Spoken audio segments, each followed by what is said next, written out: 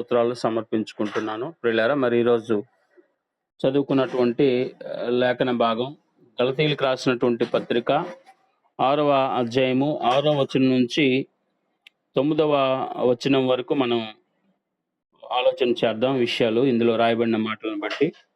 వాక్యోపదేశం పొందువాడు ఉపదేశించువానికి మంచి పదార్థములన్నింటిలో భాగం ఇయ్యవలెను. మోసపోకుడి, దేవుడు వెక్కిరింపబడడు. మనుష్యుడు ఏమి విత్తునో ఆ పంటనే కోయును. ఏలనగా తన శరీరం బట్టి విత్తువాడు తన శరీరం నుండి క్షయమైన పంట కోయును.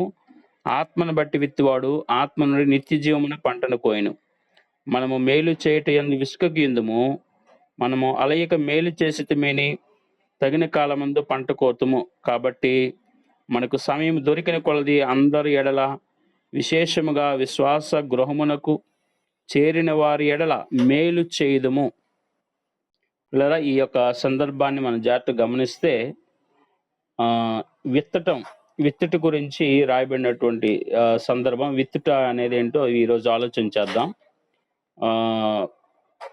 ఈరోజు దేవుడు లోకాన్ని సృష్టించి మరి లోకంలో అనేక శాసనాలను, నియమాలను ఏర్పాటు చేశారు. ఆయన చేసినటువంటి ఆ శాసనాలు లేదంటే నియమాలు స్థిరమైనవిగా, కదల్చబడినవిగా ఏర్పాటు చేసినట్టుగా మనం చూస్తున్నాం.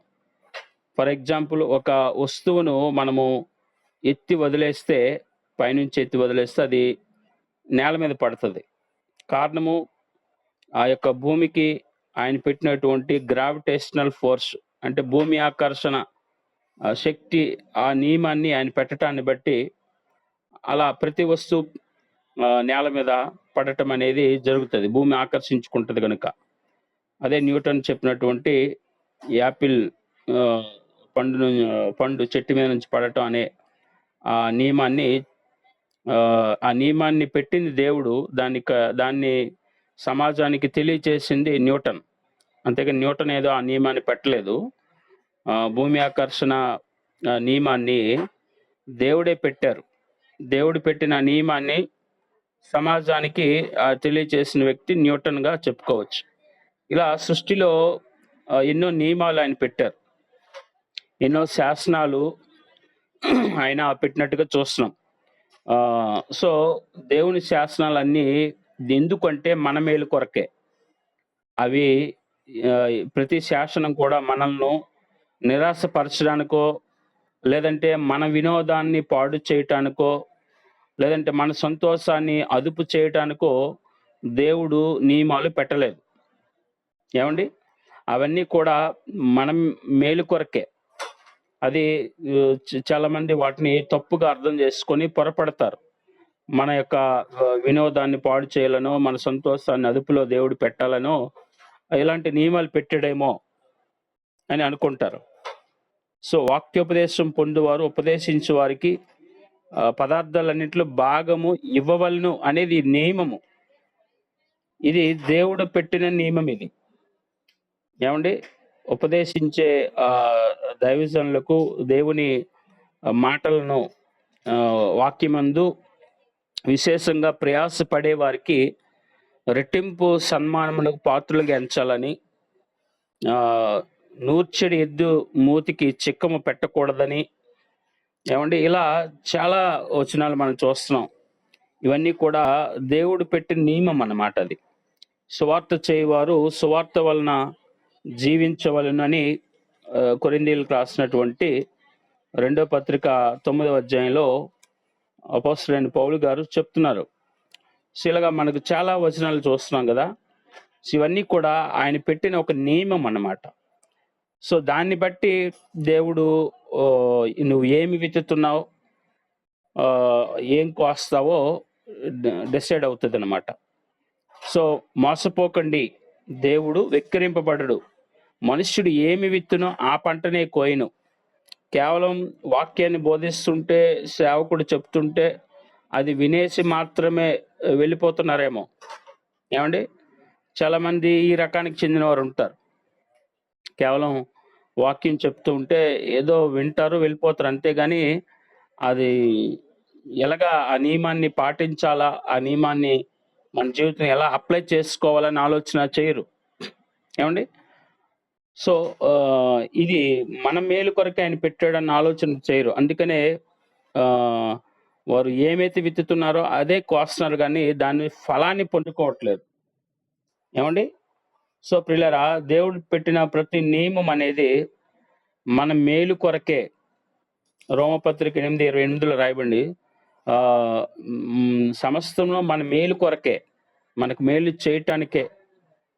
తన్ను ప్రేమించు వారికి మేలు కలుగుటకై ఆయన సమస్తము జరిగించున్నాడు అని రాయబడింది. సో, ఇక్కడ వాక్య ఉపదేశం లేదంటే మనల్ని ఆత్మీయంగా నడిపిస్తున్నటువంటి దేవుని వైపు ఏమండి ఆ యొక్క ఆత్మీయ జీవితంలోనికి మనం నడిపిస్తున్నటువంటి సేవకులకు వారు చేస్తున్న పనిని గుర్తించి దానికి తగిన విధంగా మనము ఆయన పెట్టిన నియమాన్ని ప్రకారంగా అది పాటిస్తేనే మనకి మంచిది అని. సో, ఏం విత్తుతున్నామో అదే కోస్తాం. దానికి విని కేవలం విడిచిపెట్టేసి ఆయన పని ఆయనదే, మన పని మనదే అన్నట్టుగా ఉంటే అక్కడ ఫలం అనేది రాదన్నమాట. సో, కొంతమంది శారీరకంగా కేవలం ఆలోచన చేస్తారు. అదే ఒకసారి మనం ఈ వచనాన్ని జాగ్రత్తగా గమనిద్దాం. అసలు మనకు కోత సంబంధమైనటువంటి నియమాలు మనకు కొన్ని తెలుసు. ఒకటి కోతకు సంబంధించిన నియమాలు మనం ఏది విత్తుతామో అదే కోస్తాం. ఈ వచనం రాయబడినవి ఏది విత్తుతామో అదే కోస్తాం. అంటే విత్తడంలో 2 విధానాలుంటాయి. ఒకటి శారీరకంగా విత్తటము, రెండవది ఆత్మీయంగా విత్తడం. శారీరకంగా విత్తటం అనేది ఏ వ్యవసాయకుడైనా, ఏ ఫార్మర్ అయినా తన ఫీల్డ్‌లో ఆ పొలంలో దున్ని విత్తుతాడు. ఆ యొక్క వ్యవసాయకుడు ఏదైతే విత్తాడో ఆ పంటనే కోస్తాడు. ఆ ఫీల్డ్‌లో ఏ ఫార్మరు ఏదైతే విత్తాడో దాన్ని కోస్తాడు. కానీ ప్రతిసారి ప్రకృతి ఒకేలా ఉండదు. ఏవండి? సో, పంట ప్రతిసారి ఒకే విధంగా రాకపోవచ్చు కదా! సో, అదే గలతీయులకు రాసిన పత్రిక 6:7లో మోసపోకుడి దేవుడు వెక్కిరింపబడడు. మనుష్యుడు ఏమి విత్తునో ఆ పంటనే కోయును. మనుషుడు తను విత్తిన దాన్ని ఆ పంటని కోస్తాడు. కానీ అది ఎంత పర్సెంట్ ఎక్కువ, తక్కువ అనేది అక్కడ ప్రకృతిలో వచ్చే మార్పులను బట్టి జరగొచ్చు. రెండవది ఆత్మీయంగా విత్తటం. 2వ కొరింథీయులకు రాసిన పత్రిక 5వ అధ్యాయము 10వ వచనాన్ని మనం ఆలోచన చేస్తే ఇక్కడ అవి మంచివైనను సరే, చెడ్డవైనను సరే, దేహముతో జరిగించిన వాటి ఫలమును ప్రతి వాడు పొందునట్లు మనమందరము క్రీస్తు న్యాయపీఠం ఎదుట ప్రత్యక్షము కావలెను అని ఇక్కడ ఈ వచనాన్ని బట్టి కోత దినం గురించి ఇక్కడ రాయబడింది. అంటే మనమందరం ఆ దినాన్న కోత కోస్తాము. రోమపత్రిక 2వ అధ్యాయం 2, 3 వచనాలు చూడండి. అట్టి కార్యములు చేయవారు వారి మీద దేవుని తీర్పు సత్యమును అనుసరించినదై ఉండునని ఎరుగుదుము. అట్టి కార్యములు చేయ వారికి తీర్పు తీర్చు వాటినే చేయుచున్న మనుషుడా, నీవు దేవుని తీర్పును తప్పించుకొందు అని అనుకొందువా? అంటే ఆత్మీయమైనటువంటి ఇక్కడ ఆత్మీయంగా విత్తడాన్ని దాని యొక్క ప్రతిఫలం తర్వాత పొందబోతున్నామని ఈ వచనాలు మనకు చెప్తున్నాయన్నమాట. సో, మనము భౌతికంగా విత్తటము, శారీరకంగా విత్తడము, ఆత్మీయంగా విత్తడం అనే 2 విషయాలు మనం ఇక్కడ చూస్తున్నాం. అయితే మనం విత్తిన కాలంలో కాకుండా వేరొక కాలంలో కోస్తాం. మనం విత్తిన టైం వేరు, ఆ పంట ఆ ఫలం కోసే టైం వేరు ఉంటది. ఏవండి? ఒకటోది విత్తటము, శారీరకంగా విత్తడం, ఆత్మీయంగా విత్తడం. రెండవది మన విత్తుతున్న టైం వేరు. ఒక టైంలో విత్తితే దాని ఫలితం వెంటనే అప్పుడు కొయ్యము. వేరే టైంలో ఆ పంటను కోస్తాం. అంటే దేవుడు పెట్టినటువంటి కోత నియమాలలో విత్తనాలు నాటే కాలం ఒకటైతే, ఆ పంటను కోసే కాలము తప్పనిసరిగా ఇంకోటి ఉంటది. మారుతదనమాట. ప్రతిదానికి సమయం కలదు అనే ప్రసంగి గ్రంథం 3వ అధ్యాయం మొదటి వచనం చూస్తే మనకు ఉంటది. అంటే ఆకాశం కింద ప్రతి ప్రయత్నములకు సమయం కలదు. పుట్టుటకు, చచ్చుటకు, నాటుటకు, నాటబడిన దానిని పెరికి వేయుటకు, చంపుటకు, బాగు చేయుటకు అని ఇక్కడ మనం ప్రసంగంలో చూస్తాం. అంటే నాటడానికి ఒక టైం ఉంటది. విత్తడానికి ఒక టైం ఉంటది. విత్తిన దాన్ని కోయటానికి కూడా ఇంకో టైం ఉంటదనమాట. సో, విత్తిన వెంటనే అది ఫలం రాదు కదా! సో, దానికి టైం పడతదనమాట. సో, సారమైన నేలలో విత్తిన విత్తనాలు ఆహ్, సూర్యకిరణాలు ఆ విత్తనానికి సూర్యకిరణాలు అవసరం ఉంటది. నీరు అవసరం ఉంటది. సమయం కూడా తీసుకుంటదనమాట. అందుకనే వ్యవసాయకుడికి కాలం గురించిన అవగాహన కూడా ఉంటది. కనుకనే అతడు ఓపికతో కనిపెడతాడు. యాకోబు పత్రికలో యాకోబు గారు చెప్తున్నారు కదా! 5 అధ్యాయం 7 వచనంలో ఏమని చెప్తారు? సహోదరులారా, ప్రభువు రాకడ వరకు ఓపిక కలిగి ఉండుడి. చూడుడి, వ్యవసాయకుడు తొలకరి వర్షమును, కడవరి వర్షము సమకూడు వరకు విలువైన భూఫలము నిమిత్తము ఓపికతో కాచుకొనుచు దాని కొరకు కనిపెట్టును కదా అని చెప్పెను. సో, మనము విత్తుతున్న దానికి వెంటనే ఒకే టైంలో ఆ రిజల్ట్ రాదు గానీ తర్వాత వస్తది. ఖచ్చితంగా అది జరుగుతది అని మనము ఈ వచనాలను బట్టి తెలుసుకోవచ్చనమాట. సో, మనము ఆత్మీయ కోణంలో కూడా ఆలోచన చేస్తే ఈ జీవిత కాలంలో మనం చేసే ప్రతి పని ఒక విత్తనంతో సమానం. అంటే మనం మాట్లాడే మాటలు, మన యొక్క క్రియలు అవన్నీ కూడా ఎదుగుతాయి. ఎదిగి ఒక టైం వచ్చినప్పుడు పరిపక్వతకు వచ్చి సరైన కాలంలో మరలా వాటిని కోస్తామనమాట. ఏవండీ? సో, మనము మేలు చేయుట యందు విసుకకయుందుము. మేలు చేయటంలో అలసిపోకుండా, విసిగిపోకుండా దేవుని పెట్టినటువంటి నియమం ప్రకారంగా ఆ యొక్క పని చేయాలి. ఏవండీ? ఈయనకి నేను ఉపదేశం చేస్తున్నానికి ప్రతిసారి ఇవ్వాలా? అలాగే ఏంటి లేదంటే ఆయన చెప్పేది ప్రతీదీ చేయాలా? ఇలాగ మనం విసిగిపోకూడదు. ఒక మంచి పని చేయటానికి మనం విసిగిపోకూడదనమాట. అది ఇక్కడ చెప్తున్నారు. మనము మేలు చేయుటయందు అలయక మేలు చేసితమని తగిన కాలమందు పంట కోస్తాము అని రాయబడింది. సో, ప్రియులారా, మనం పలికే ప్రతి మాటకు, మనం చేసే ప్రతి పనికి తగిన వెల అనేది చెల్లించాల్సి ఉంటదనమాట. కొన్నిసార్లు మన క్రియలు ఫలము వెంటనే అనుభవించకపోతే మనం శిక్ష నుంచి తప్పించుకున్నామేమో అని మోసపోవచ్చు. అదంటున్నాడు, మోసపోకుడి, దేవుడు వెక్కిరింపబడడు. అంటే నువ్వు చేసిన పనికి శిక్ష వెంటనే రాలేదు కాబట్టి ఇంకా తప్పించుకున్నాను అనే విధంగా మోసపోయేవారు ఉంటారు. ఏమండి? సో, అది మోసపోవటం అనేది జరగదు. నువ్వు చేసిన దానికి ఖచ్చితంగా ఇంకో టైంలో దాని ఫలితాన్ని చూస్తాం అన్నట్టుగా మనకి ఈ వచనం చెప్తుంది.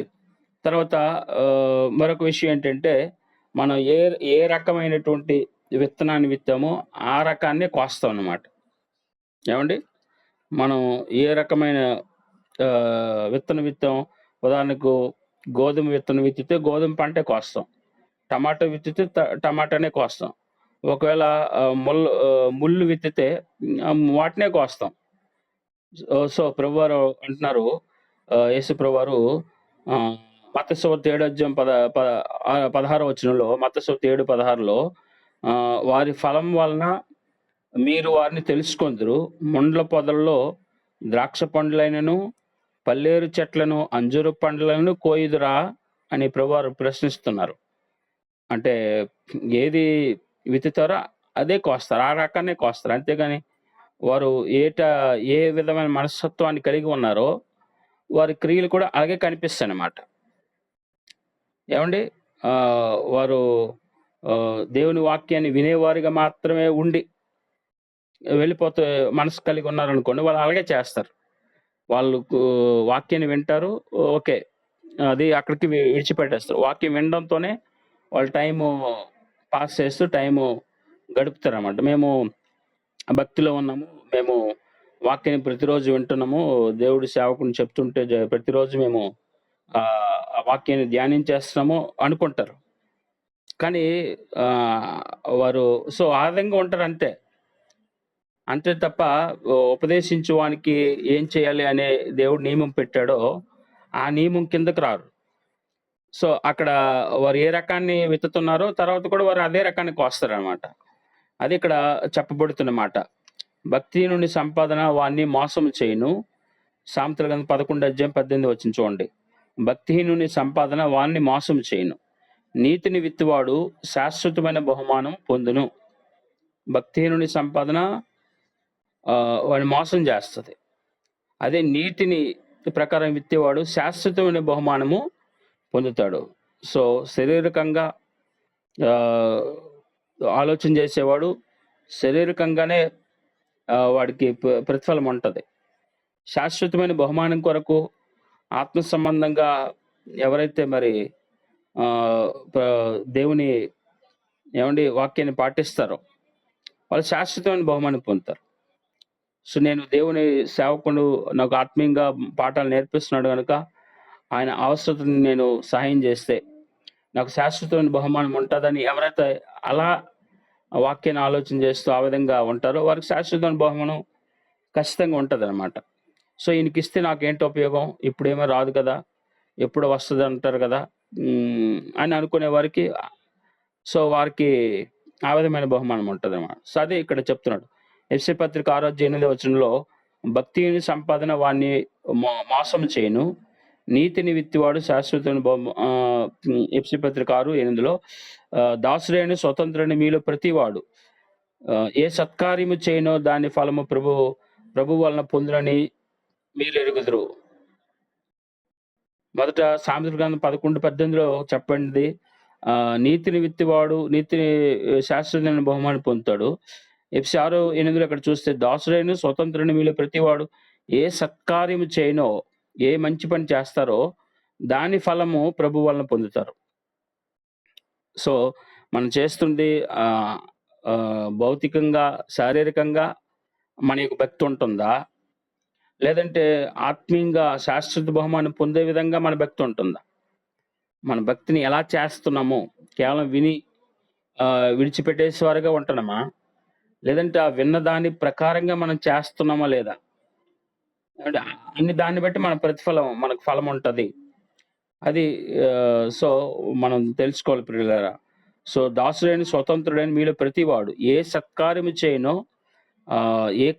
ఏదైతే ఆ దేవుని కార్యం చేస్తారో దాని ఫలాన్ని ఖచ్చితంగా ప్రభు వలన పొందుతారు.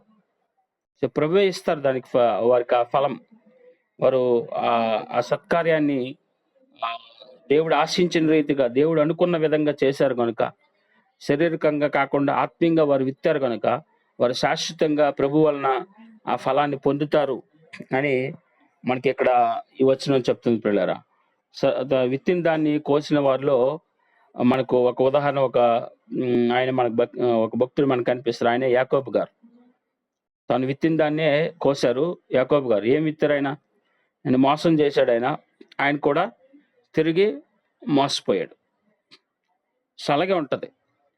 మన శారీరకంగా వాక్యాన్ని విని ఏదో శరీర సంబంధంగానే అలాగా వాక్యాన్ని విని విడిచిపెట్టేసే వరకు ఉంటే మరి మన యొక్క ఫలం కూడా, మనకు వచ్చే భక్తి ఆ ఫలం కూడా అలాగే ఉంటుంది. సో ఆత్మీయంగా మనం ఆ వాక్యాన్ని అనుసరించుకుంటూ వెళ్తే దాని ఫలితం కూడా ఆ విధంగా ఉంటుంది. ఇక్కడ మోసంతో యాకోబు గారు ముందు జీవించారు, మోసం చేస్తూ వచ్చారు. తన అన్నని మోసం చేశాడు, తిరిగి ఆయన కూడా తన మామ చేత మోసపోయాడు. సో ఆయన ఎత్తిందే కోసాడు అనమాట. సో ప్రియులారా, జాగ్రత్తగా మనం గమనించుదాం. అయితే ఇంకొక విషయం ఏంటంటే, మనం విత్తిన దానికంటే ఎక్కువగా కోస్తాము, అది కూడా మనం తెలుసుకోవాలి. ఏమంటే మనం విత్తిన దానికంటే ఎక్కువ కోస్తాం. ఒక మొక్కజొన్న విత్తనాన్ని నాటితే అది అనేక విత్తనాలు మొక్కజొన్న కండే వస్తుంది. ఇదే ఒక రకంగా భిన్నమైన వార్తలను కూడా మనకు ఈ విషయం తెలియచేస్తుంది. దుర్వార్త, నీవు కీడుని విత్తితే దానికంటే అనేక రెట్లు కీడుని కోస్తాం. ఏమండి, ఒక మంచి దాన్ని విత్తితే అనేకమైన మంచి విత్తనాలు విత్తినప్పుడు మంచి విత్తనాలు అనేకమైన వస్తాయి. చెడ్డ విత్తనాన్ని కూడా విత్తితే అనేకమైన చెడ్డ విత్తనాలు కూడా వస్తాయి అన్నమాట. అలాగే మనం ఆత్మీయంగా ఒక మంచి వాక్యానుసారమైన పని చేస్తే దానికి తగిన ఫలితాలు మంచివి అనేకమైన వస్తాయి. అలాగే శారీరకంగా, లేదంటే భౌతికంగా, లేదంటే దేవుని వాక్య విరుద్ధంగా మనము చెడ్డ పని ఏదైనా చేస్తే దానికి తగిన ఫలితాలు కూడా అనేకంగా చెడ్డ ఫలితాలొస్తాయన్నమాట. ఆ విషయాన్ని మనము గ్రహించుకోవాలి. సో, మనం విత్తిన దానికంటే ఎక్కువ కోస్తాం. విత్తిన దానికంటే ఎక్కువ కోస్తాం. అదేవిధంగా హోషేయ గ్రంథం 8 అధ్యాయం 7 వచనం చూస్తే, వారు గాలిని విత్తియున్నారు గనుక ప్రళయ వాయువు వారికి కోతయగును. విత్తినది పైరు కాదు, మొలక కాదు. పంట విత్తినది అది పంటకు వచ్చిన యెడల అన్యులు దాన్ని తినివేసెదరు. ఇక్కడ చూడండి, వారు విత్తింది చెడ్డది విత్తారు గనుక దాని ఫలితము చాలా ఎక్కువ వచ్చింది. ఏవండీ? సో, దావీదు గారు వ్యభిచారం చేశారు, మోసం చేశారు, హత్య చేశారు. ఈ పాపాలు చేయటాన్ని బట్టి దావీదు గారికి వచ్చే శిక్ష కూడా, కీడు కూడా ఎక్కువే కోసారాయన. తాను విత్తిన దానికంటే ఎక్కువ కీడును కోయవలసొచ్చింది దావీదు గారు. ఆ పుట్టిన బిడ్డ వెంటనే చనిపోయారు. కుమార్తెల్లో ఒక కుమార్తె చెరపబడింది. తర్వాత ఆమె సహోదరుడు చంపబడ్డాడు. ఇలాగా అదేవిధంగా తన ప్రియ కుమారుడైనటువంటి అబ్షలోము, దావీదు యొక్క కుమారుడైనటువంటి అబ్షలోము దావీదు మీద తిరుగుబాటు చేసి దావీదుని అధికారం నుంచి పారద్రోలేసి అధికారాన్ని చేజిక్కించుకున్నాడు. దావీదు గారు యెరూషలేము నుంచి కుమారుడు తిరుగుబాటును బట్టి యెరూషలేము నుంచి పారిపోయారు. చివరికి అబ్షలోము మరణం కూడా జరగడము, ఇవన్నీ చాలా ఎక్కువ దావీదు గారు అనుభవించారు. ఆయన చేసింది కొంచెమైతే ఆయనకొచ్చిన కీడు కూడా చాలా ఎక్కువైంది, శిక్ష ఎక్కువైందనమాట. సో, మనము దేవుని వాక్య విరుద్ధంగా కేవలం శారీరకంగా మనము భౌతికంగా మాత్రమే మన భక్తి చేస్తే మనకొచ్చే కీడు కూడా ఎక్కువే ఉంటది. అదే ఆత్మీయంగా మనము వాక్యానుసారంగా భక్తి చేస్తే మనకొచ్చే మేలు కూడా ఎక్కువ వస్తదనమాట. అది దాని యొక్క అర్థం ప్రియులారా. సో, మనము ఇది దేవునికి పక్షపాతం అనేది లేదు. అందరికీ ఒకే రీతిగా దేవుడు తీర్పు తీరుస్తాడనే విషయం మనము రోమీయులకు రాసిన పత్రిక 2వ అధ్యాయం 4వ వచనం నుంచి చూస్తాం. ఏమండి? సో, అక్కడ ఏముంది? దేవుని అనుగ్రహం మారు మనసు పొందుటకు నిన్ను ప్రేరేపించున్నది ఎరుగక ఆయన అనుగ్రహ ఐశ్వర్యమును, సహనమును, దీర్ఘశాంతమును తృణీకరించుదువా? నీ కాఠిన్యమును మార్పు పొందని నీ హృదయమును అనుసరించి ఉగ్రత దినమందు అనగా దేవుని న్యాయమైన తీర్పు బయలుపరచు దినమందు నీకు నీవే ఉగ్రతను సమకూర్చుకొనుచున్నావు. ఏమండి? ఇక్కడ ఆ తీర్పు ఎవరైతే కఠినంగా తీర్పు తీర్చారో వారికి అదే విధంగా తీర్పు అనేది జరుగుతూ ఉంది అని వచ్చిన మనకు తెలియచేస్తుంది. సో, ఆయన ప్రతి వానికి వాని క్రియల చొప్పున ప్రతిఫలం ఇస్తారు. సత్క్రియలను ఓపికగా చేస్తూ మహిమను, ఘనతను, అక్షయతను వెదుకు వారికి నిత్య జీవం ఇచ్చును అని రాయబడింది. అయితే భేదములు పుట్టించి సత్యమునకు లోబడక దుర్నీతికి లోబడి వారి మీదకి దేవుని ఉగ్రతయు రౌద్రము వచ్చును. దుష్కార్యము చేయు ప్రతి మనుష్యుని ఆత్మకు మొదట యూదునికి, గ్రీసు దేశస్థునికి కూడా శ్రమయు వేదనయు కలుగును. సత్క్రియలను చేయు ప్రతి వానికి మొదట యూదునికి, గ్రీసు దేశస్థునికి కూడా మహిము, ఘనతయు, సమాధానము కలుగును. దేవునికి పక్షపాతం లేదు. చూడండి, అంతా స్పష్టంగా ఎవరైతే కీడు చేస్తున్నారో వారికి దేవుని ఉగ్రత రౌద్రం వస్తుంది. ఎవరైతే మేలు చేస్తున్నారో వారికి సమాధానము, ఘనత, మహిమ వస్తున్నాయి అని ఇక్కడ రాయబడింది పిల్లరా. సో, మనము విత్తే దానికంటే ఎక్కువే కోస్తాం అనే విషయం కూడా ఇక్కడ మనకు అర్థమవుతుంది. మరొక విషయం కూడా ఏంటంటే ఇందులోనే ఈ వచనంలోనే మన యొక్క కోత ఫలమును మనం అనుభవిస్తాము. ఏమండి? కోత ఫలాన్ని మనం అనుభవిస్తాం. ఎలాగా? ఒక రైతు యొక్క ఫలము బహుమానము ఏది అంటే తాను విత్తిన లేదా కోసిన కష్టార్జితను అనుభవించడమే ఆయన ఫలం. ఒక రైతు ఏదైతే విత్తుతాడో ఆ కష్టార్జితాన్ని ఒక ఫలముగా, ఒక బహుమానంగా ఆయన అనుభవిస్తాడు. దీని ఆత్మీయంగా మనం ఎలా అర్థం చేసుకోవాలి అంటే మన క్రియల ఫలం మనమే అనుభవిస్తాము అనేది దీని అర్థం. అంటే నీ జీవితం నీకు తీయని రుచిని ఇస్తుందో, లేదంటే మనకు అది చేదు రుచినిస్తుందో అనేది మనం ప్రశ్నించుకోవాలి. యెషయా గ్రంథం 3వ అధ్యాయం 10వ వచనం చూడండి. మీకు మేలు కలుగునని నీతిమంతులతో చెప్పుము. వారు తమ క్రియల ఫలము అనుభవించుదురు అని ఉంది. అంటే మనము మనకు మన కోత ఫలాన్ని మనమే అనుభవిస్తాం. సామెతల గ్రంథం 1వ అధ్యాయం 28-31 వచనాలు చూస్తే, అప్పుడు వారు నన్ను గూర్చి మొరపెట్టుదురు గాని, నేను ప్రత్యుత్తరం ఇయ్యకుందును. నన్ను శ్రద్ధగా వెతుకుదురు గాని వారికి నేను కనబడకుందును. జ్ఞానం వారికి అసహ్యమాయెను. యెహోవా యందు భయభక్తులు కలిగి ఉండుట వారికి ఇష్టము లేకపోయెను. నా ఆలోచన విననొల్లకపోయిరి. నా గద్దింపు వారు కేవలం తృణీకరించిరి. కాబట్టి తమ ప్రవర్తనకు తగిన ఫలమును అనుభవించెదరు. తమకు వెక్కసమగు వరకు తమ ఆలోచనలను అనుసరించెదరు. చూడండి, వారు కోసినటువంటి ఫలాన్ని వారు అనుభవించారు. సో ఇక్కడ జ్ఞానాన్ని వారు అసహించుకున్నారు. దేవుడు పిలిచినప్పుడు వినలేదు. దేవుని మీద భయభక్తులు చూపించలేదు. అందుకనే ఆయన గద్దింపులు వారు తృణీకరించారు. కాబట్టే వారి ప్రవర్తనకు తగినటువంటి ఫలాన్ని వారు అనుభవించారు. ఈరోజు దేవుడు ఎన్నో విషయాలు మనతో మాట్లాడినప్పుడు, గద్దిస్తున్నప్పుడు, సేవకుని ద్వారా తెలియచేస్తున్నప్పుడు వాటికి మనం విధేయులైతే మనకు మంచి ప్రతిఫలాన్ని పొందుకోగలుగుతాం. లేదా వాక్యం ద్వారా దేవుడు మాట్లాడుతున్నప్పుడు దానికి మనం విధేయులు అవ్వకుండా కీడునే చేస్తే, శరీర సంబంధంగానే భౌతికంగానే మాత్రమే మనము ఉంటే మనకొచ్చే ఫలితం కూడా అలాగే ఉంటది. అశాశ్వతమైనటువంటి ఫలితమే మనం పొందుతామన్నమాట. సో మనము ఆత్మీయంగా మనము దేవుని కొరకు ఆలోచన చేసి దేవుని పని చేయాలి ఆత్మీయంగాని మనం చేస్తే దాని యొక్క ప్రతిఫలం ఏంటంటే శాశ్వతమైన బహుమానం. సో శాశ్వతమైనది పొందుతాం. లేదు ఈ లోకంలో అవసరాల కొరకు, ఈ లోకంలో టైం పాస్ కొరకు, ఈ లోకంలో ఏదో హాయిగా వెళ్ళిపోవడం కొరకు మాత్రమే వాక్యాన్ని విన్ని వారమైతే ఆ ఫలమే మనకు పొందుతాయి అన్నమాట. సో ఆ విషయాన్ని జాగ్రత్తగా మనం తెలుసుకుందాం పిల్లరా. జాగ్రత్తగా గమనిద్దాం. మనం ఏం విత్తుతామో ఆ పంటనే కోస్తాం. ఇక్కడ దేవుడు పెట్టినటువంటి ఆ నియమము అది.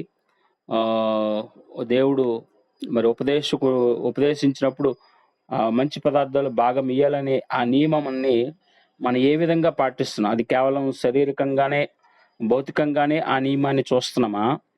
లేదంటే దాన్ని ఆత్మీయంగా ఆ నియమాన్ని మనం పాటిస్తున్నామా అనేది మనం ఆలోచన చేసుకుందాం. సో దేవుడు పెట్టినటువంటి నియమం ఉపదేశించు వారికి మంచి పదార్థాలను భాగం ఇవ్వాలి అని ఆ నియమము ఏ విధంగా మనం తీసుకుంటున్నాం? అది శారీరకంగానే తీసుకుంటున్నామా? కేవలం భౌతికంగా మాత్రమే ఆ నియమాన్ని పాటిస్తున్నామా? లేదంటే ఆత్మీయంగా ఆ నియమాన్ని మనం పాటిస్తున్నామా అనేది మనం ఇప్పుడే డిసైడ్ చేసుకోవాలి. ఇక్కడ జాగ్రత్తగా ఆలోచించేయండి పిల్లరా. మరి దేవుడిచ్చి పెట్టినటువంటి నియమం ఏంటి అంటే, వాక్యోపదేశం పొందేవారు ఆ ఉపదేశిస్తున్న వారికి మంచి పదార్థాలన్నింటిలో భాగం ఇయ్యాలి. ఇది దేవుడు పెట్టిన నియమం. ఈ నియమాన్ని మనము శారీరకంగా తీసుకుంటున్నామా? భౌతికంగా మాత్రమే దీన్ని పాటిస్తున్నామా? లేదా ఆత్మీయంగా దీన్ని మనం తీసుకుంటున్నామా? ఈ నియమాన్ని ఎలా మనము చేస్తున్నాం? సో మనం విత్తిన దాన్ని బట్టే ఆ పంట కోస్తాం. సో అలసిపోకుండా మంచి మేలు ఆత్మీయంగా మనం చేసినట్లయితే మనము చాలా మంచి పంటను ఎక్కువ కోస్తాం అని మనం తెలుసుకుందాం పిల్లరా. సో ఈ వచ్చిన మీ అందరికీ ఈ వాక్యం యొక్క వివరణ మీకు అర్థమైందని నేను భావిస్తున్నాను. సో మనం ఏ విధంగా విత్తుతున్నామో, ఏ విధంగా మనం జీవిస్తున్నామో, ఈ దేవుడు పెట్టిన ఈ నియమాన్ని ఏ విధంగా మనం దాన్ని పాటిస్తున్నామో ఒకసారి మనమే చెక్ చేసుకుందాం. దాన్ని సరైన విధంగా మార్చుకుందాం. ఒక చిన్న స్టోరీ చెప్తాను. ఒక యవనస్తుడు తన సొంత గ్రామంలోనే ఉన్నటువంటి ఒక వ్యవసాయకుడితో గొడవ పడ్డాడు. గొడవపడి ఆ వ్యవసాయకుడి యొక్క పంటను పాడు చేయాలని చెప్పి ఆ వ్యవసాయకుడు మీద ప్రతీకారం తీర్చుకోవడానికి ఈ యవనస్తుడు ఏం చేశాడంటే, ఆ పొలంలో గురుగులను నాటేశాడు. రాత్రి వేళ వెళ్లి నాటేశాడు. అయితే అనేక సంవత్సరాల తర్వాత ఆ వ్యవసాయకుడు పొలంలో ఉన్నటువంటి గురుగులతో ఎంతో మరి ఎంత తీస్తున్నా గురుగులే వస్తున్నాయి. ఆ గురుగులతో ఎంతో బాధపడ్డాడు. పోరాడుతూ వచ్చాడు. అయితే కొన్ని సంవత్సరాలు గడిచిన తర్వాత ఆ యవనస్తుడే ఆ వ్యవసాయకుడు కుమార్తెను పెళ్లి చేసుకున్నాడు. ఆ వ్యవసాయకుని పొలము ఈ యవనస్తుడికి మరి ఆస్తిగా మరి పొందాడు. అయితే తాను విత్తినటువంటి ఆ పొలంలో ఆ గురుగులు విత్తింది ఎవరు? ఈ వ్యక్తే. తన కుమార్తెను చేసుకున్న ఆ వ్యక్తి ఆ పొలాన్ని ఆయన పొందాడు. సో, పొందినటువంటి ఆ పొలాన్ని ఆ గురుగులు విత్తినటువంటి పొలాన్ని తను ఏదైతే పొందాడో, ఏదైతే చేశాడో దాన్నే పొందవలసొచ్చిందనమాట. సో, తాను పొందుకున్నటువంటి ఆ యొక్క ఆస్తిలో పొలంలో నుండి ఆహ్, ఏ ఏరివేయడానికి తన జీవితమంతా కూడా ఆ గురుగులను ఏరుకోవడానికి తన జీవితమంతా సరిపోయిందనమాట.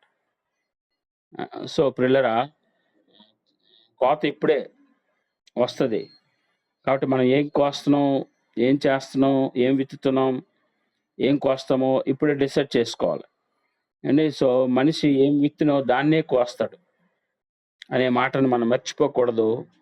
చాలా జాగ్రత్తగా మనము ఏం విత్తుతున్నాం, ఏ విధంగా మనం ఆహ్, దేవుని నియమాన్ని అనుసరిస్తున్నాం అనేది మనం తెలుసుకొని జీవిద్దాం. అట్టి కృపా ధన్యత దేవుడు మనకు దయచేయునుగాక. ప్రార్థన చేసుకుందాం. పరిశుద్ధుడా, ప్రేమగల మా తండ్రి, మీకు వందనాలు ప్రభా. మీకే స్తుతులు